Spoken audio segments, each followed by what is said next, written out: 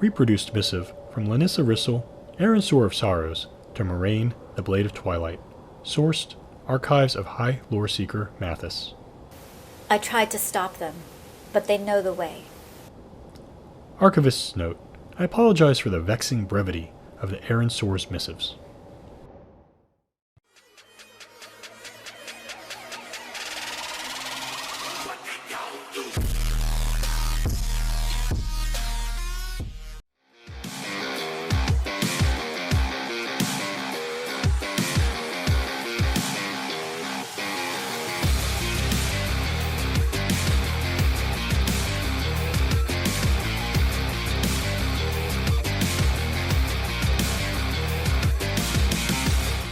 Glacier of the Dead God. So we are now in the second game of this narrative scenario for Cadre of Iron.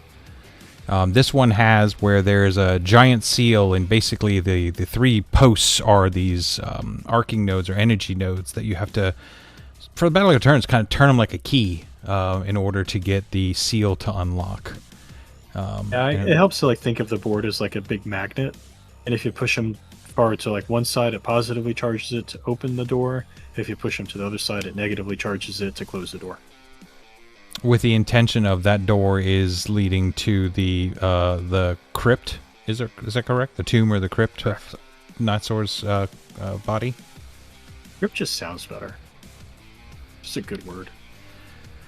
So we're going through deploying. I set up my wall to be abutted up against or near within 2 inches of the very right sort of anchor node. My intention there being is that you could theoretically move it, but it's going to butt up against the wall at some point, and it's never going to be able to go past that distance.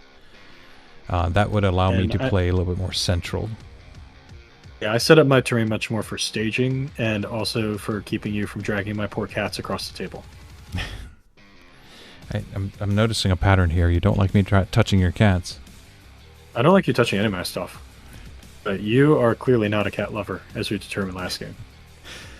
So I'm basically using this sort of ice hill or ice cropping over on the left-hand side of the screen as I put it close to the seal or the large objective with the intention that I can use it for cover if Anathia has to be scoring. The forest allows me a little bit of positioning to kind of shelter my troops from Cylena's nasty, nasty bow. And then we're just going to kind of fill in the gaps here. Okay, sure. We're going to fill in the gaps here with some other resources. What are you going through with your deployment? So I kind of have a much more focused strategy, which is I feel like that the pillar on the far flank all the way back to the right is kind of like the key one, because it's the one that's the most limited access to. So my goal is to basically kind of take the kitties, tie you up at the seal, and just try to focus on that back pillar and then kind of roll up towards the middle. So you're actually looking, instead of playing left and right, you're looking to play down the line. Pretty much, yeah. Okay. So we're going to kick off with turn 1. I believe you go first? I am the attacker because I won the previous round, so I am required to go first. So there's a bit of carryover from the last game. Correct. I do end up praying your champion because if you're going to show guard all of my angel baby shots, then I might as well put the prayer on him. And I will admit, if this was any other game of Warmachine, I would probably take that solo and just run him to the back of the table and deny you prey. Unfortunately, in Cadre of Iron, I have very limited resources. I don't have that opportunity here. It's just rude.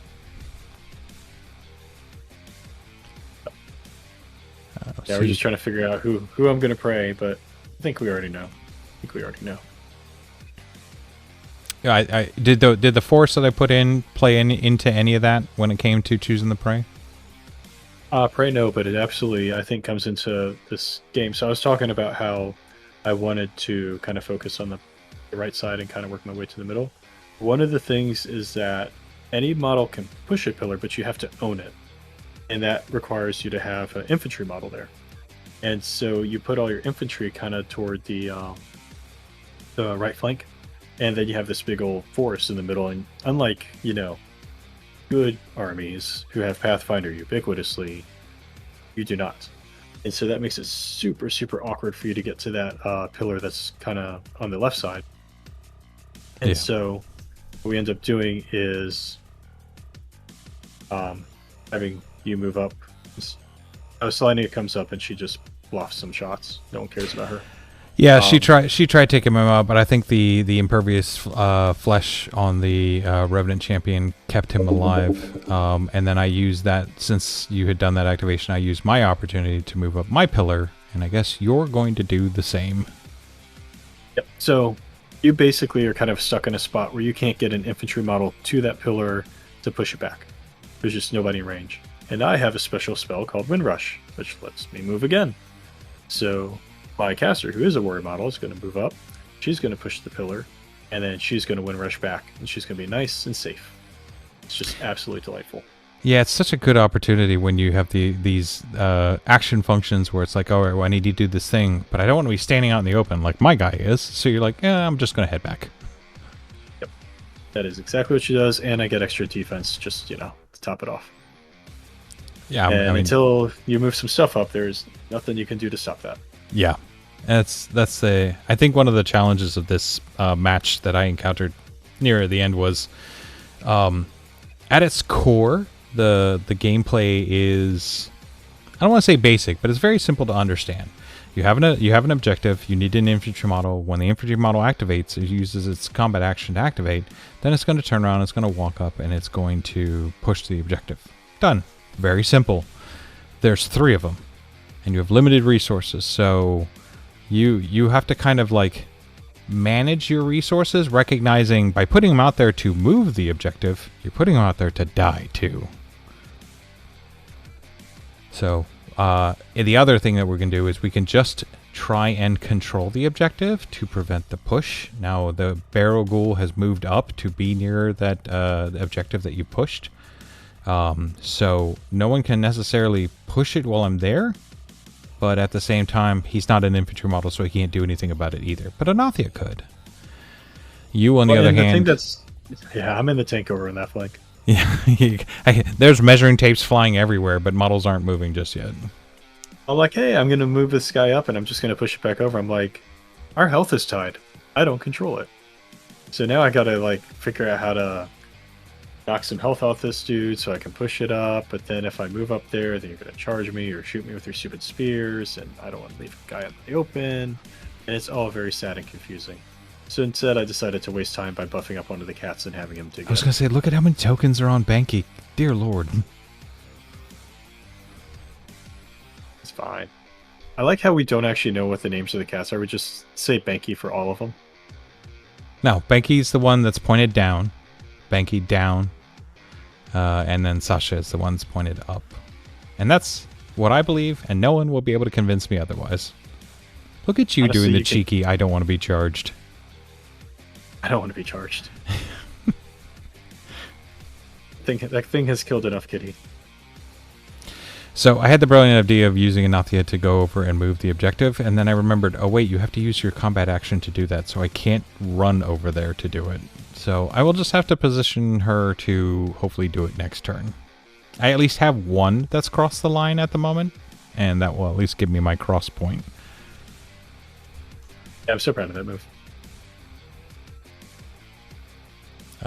So I think what I was trying to do here, I think I was just trying to, unfortunately, because I didn't have many resources, I think I was just trying to gallows for damage, which is such a ridiculous use of gallows. Especially when my cats are dug in. Yeah. You have a thing with them. I don't like your cats. You're trying to gallows, and I am just blatantly ignoring your models.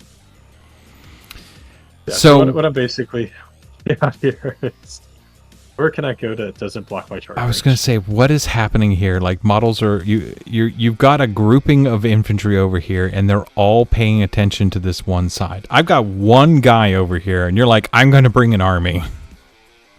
So I was a little sloppy with my positioning earlier in the turn. I started blocking off my own charge lanes, and so now I had to move Kylo Ren to get out of Riva's charge range, and then now he's contesting the objective. So now I've got 8 health against your 8 health. So now the next model that moves up can just push the objective, which is going to be Veer. But then I just wanted to kill your guy also. And then I was also worried if I push the objective, then it's going to block my charge range or my charge lane. Yeah.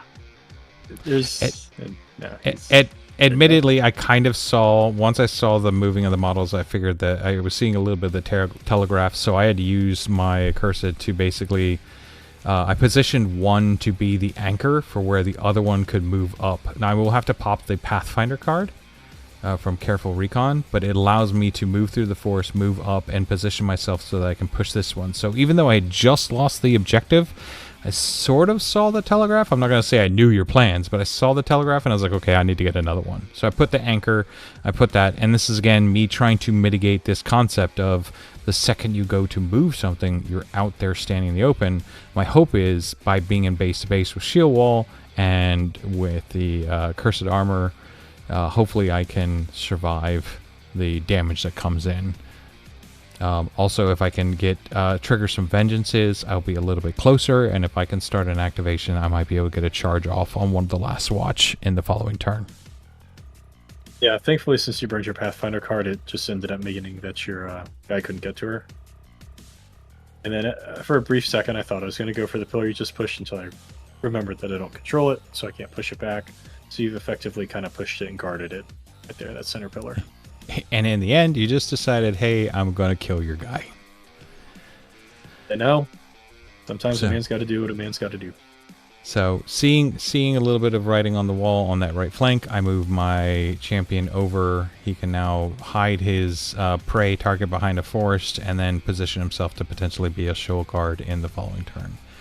Pushing us to a 3-2 with me picking up Lucky Penny and you picked up Hard as Nails. You got the 1 point for cross, I got the 1 point for cross, and the 1 point for seal. So we're at that 3-2 marker. So we're starting out the turn. You've got a heavy control on the right hand side. I don't think I've processed what you're doing here. But can we kind of go over that concept you're talking about with that right anchor again? Yeah, so basically what I'm going to do is I'm going to push that pillar. Right now I think it's on the center line. I didn't push it far enough over. And it's just going to tuck into that corner with your wall. And it'll be nearly impossible for any of your models to get back to it. And so then once that's kind of tucked there, I'm just going to abandon it.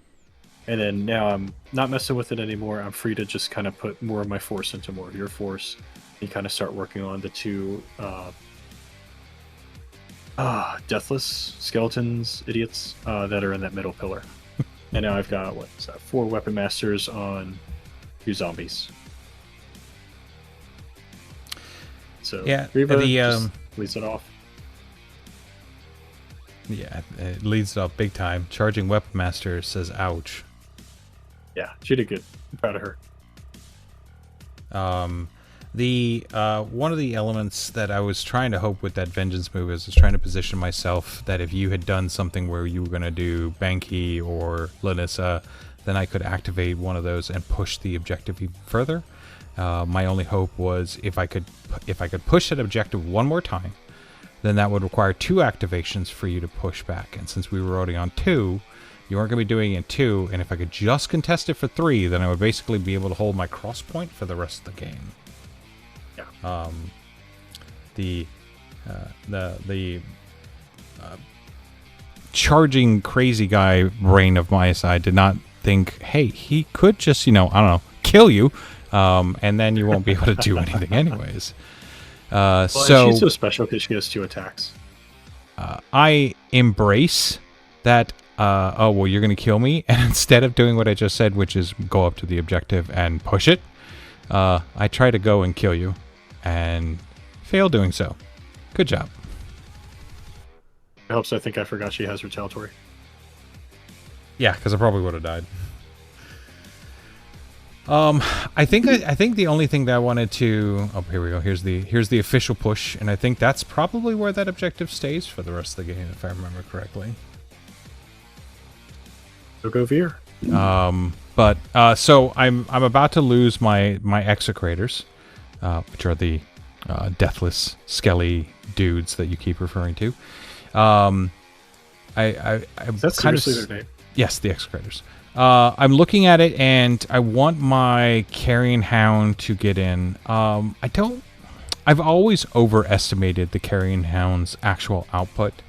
You know, I look at your cats and I'm like, oh, look at the damage your cats do. I can totally do my damage. Yeah, treat that small base that carrion hound is on as what it is. It's a light. It is not a heavy. So don't expect it to do heavy work. It's great for lightning strike, but it is not great for anything else. It's not an infantry model. It cannot push the cross marker over. So I'm going to a little bit of tank for a little bit, and then I had the brilliant idea of I will just go kill his cat. And if I can tie up his cat, if I can kill his cat and tie up his caster, then she'll have to, you know, deal with the carrion hound, and Anathia and the barrel ghoul can deal with it. So we send the cat in. The cat has Pathfinder, not worried about any movement penalties or anything like that. And yeah, he does no damage. Like, is it a cat or a dog? It's a mummified Argus, so I guess a wolf, a double-headed wolf. But nonetheless, it was. That is one of the things that's kind of interesting about both these boxes. Is your Argus, I think, is like that should have been on the right flank. That's like your anti-infantry guy, particularly when it has kind of that high defense, and I'm getting one swing, and I don't really have any stat fixers. Versus like sending it against like the cat, where it's obviously going to be trying to swing upward into something that's tougher than it wants to be attacking. So I think it should be really going after like the last watch as targets. I could definitely see that. The lightning strike also plays well into the infantry as well. And generally, I think the cats are the same. I think the cats need to be anti-infantry. I just don't have anything that can hit hard other than the cats. So, well, I mean, you got Lanyssa. Yeah, I forget what her power is, but Weapon Master can be kind of swingy, and your armor with your buff is like high enough that like you're really banking on getting good dice on those Weapon Master swings, and sometimes they deliver and sometimes they don't. Yeah, I have to admit, you know, out of the entire box, when it comes to Cadre of Iron games, the Barrel Ghoul is an absolute anchor for this army. He regularly takes more damage than he should. He's an absolute tank. So I think we're kind of moving through our turns. It looks like I can't necessarily get... I wanted to get the Barrel Ghoul charge off on Lanyssa. I sort of gummed myself up. Also, he wouldn't have had the distance. I'm trying to figure out where I can go, what I can do, and pretty much boil down to we've got to at least get this charge node over to the other side. If I remember correctly, you get more points for having more charge nodes than the other person? You do, yeah. So, don't want that to happen. So, Anathia is going to step up. We're going to do some healing and some arcing and try and push the objective. I'll say on my bingo card for this game was not forecasters by turn 1 and turn 2 pushing this thing back and forth. Anathia and Lanyssa Ryssyl just playing ping pong with this post. And then, you know, just kind of put myself in a position, because Anathia can score the seal. I don't need to at this moment, because I've got a Barrel Ghoul. I don't need Anathia to do it, but I'm trying to plan things out.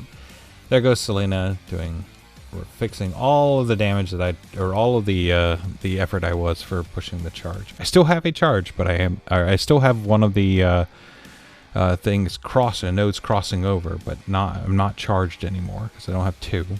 So we position our shield guard to catch if anybody tries shooting Anathia, even though Cylena is the one who just activated. It's always good to keep a shield guard nearby. And so we just have Lanyssa snagging me some puppy. Yeah, I'm not a cat person. Apparently, you're not a dog person. It's just funny because I own a lot of dogs, and they have definitely made me not a dog person. And I have 2 cats. So unfortunately, I have lost the Carrion Hound. Now with the Spirit Affinity rule, That still allows me to pull focus, if I remember correctly, and correct me on this one, I think it's 2 for the little ones and 3 for the big ones. That's correct. So I'm not completely at a loss. I think that was a recent update to the Cadre of Iron rules, and it helps to allow the warcasters to keep playing the game even when all of their beasts are dead. So you can still use your beasts and get some work out of them. Yeah, so it's a modification to the core rules. The core rules, you just get 1 fury per beast. In Cadre of Iron, it's based on their base size. So we're moving up the barrel. She blood boon, she scooted, so I kill your guy and I get +2 defense, which is awesome. Yeah, her having blood boon's so good. Comes up a lot in this game mode. I don't know if it'll come up a lot in the main game. Yeah, potentially. She's no butcher, that's for sure. No, she's like a scalpel.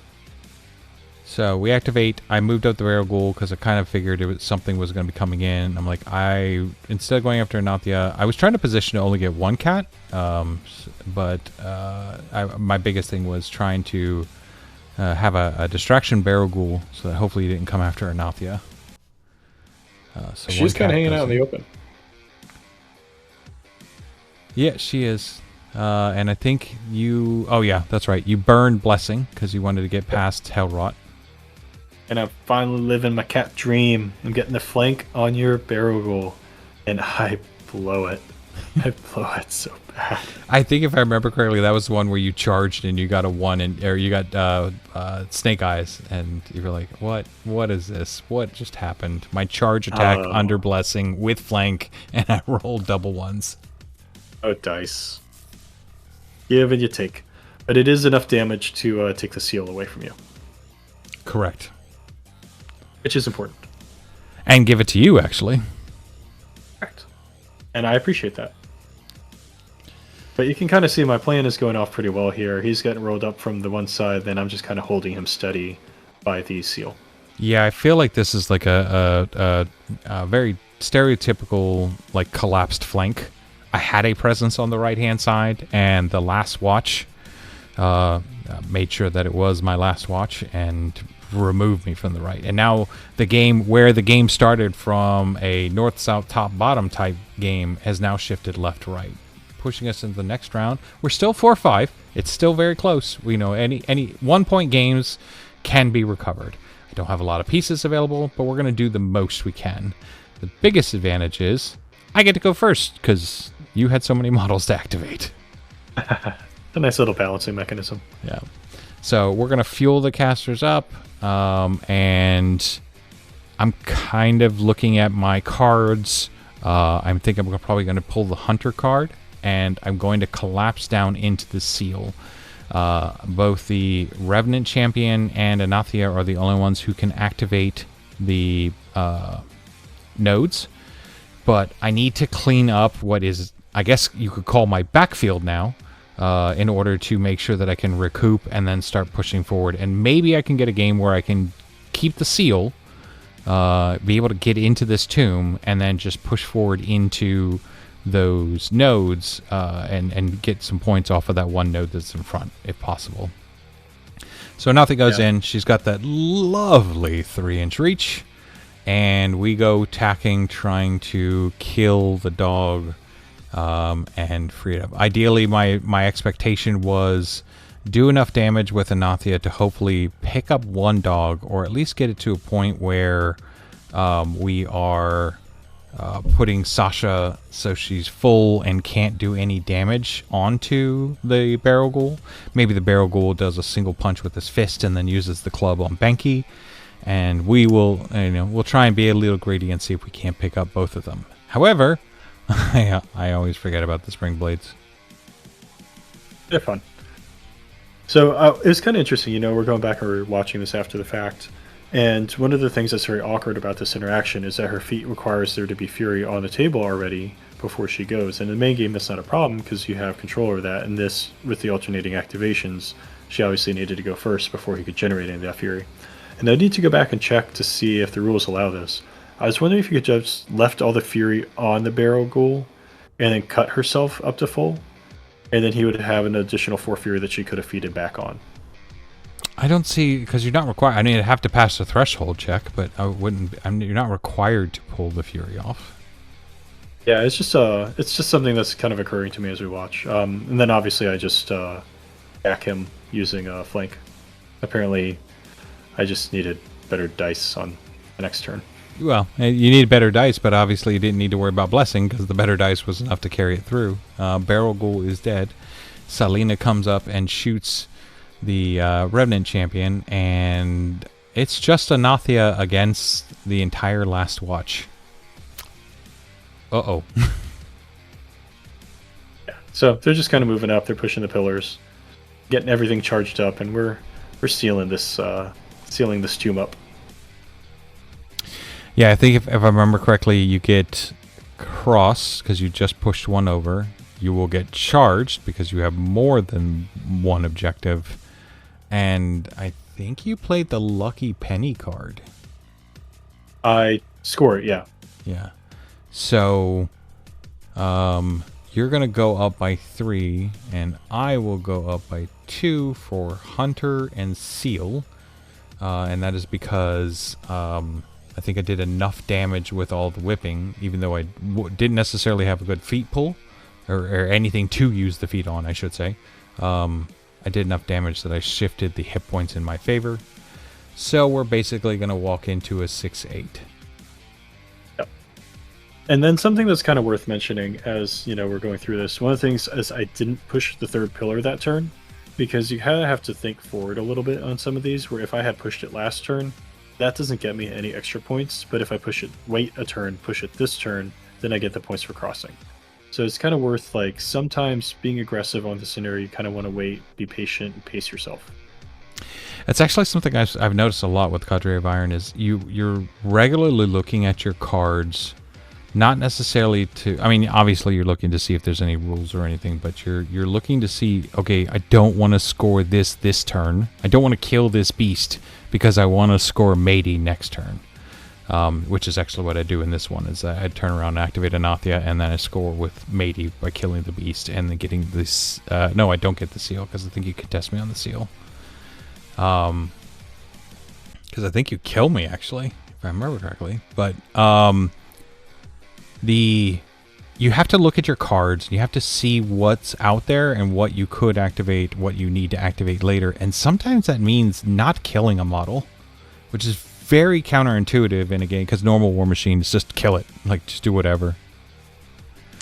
But you end up running off with this one on a 7-12 victory. That was a rough one. That was very rough, but I think my strategy for the game played off. Yeah, and we'll see what happens in part 3, the finale of this narrative Cadre of Iron series. Thank you all for watching. Reproduced missive from Lanyssa Ryssyl, Aransor of Sorrows, to Moraine, the Blade of Twilight. Sourced, Archives of High Lore Seeker Mathis. The heart was never a fortress. It was a memorial. It was never intended to be perfectly sealed away from the determined. She has found a way in. We will defend. Archivist's note. Again, the Aransor is frustratingly devoid of scholarly detail or context.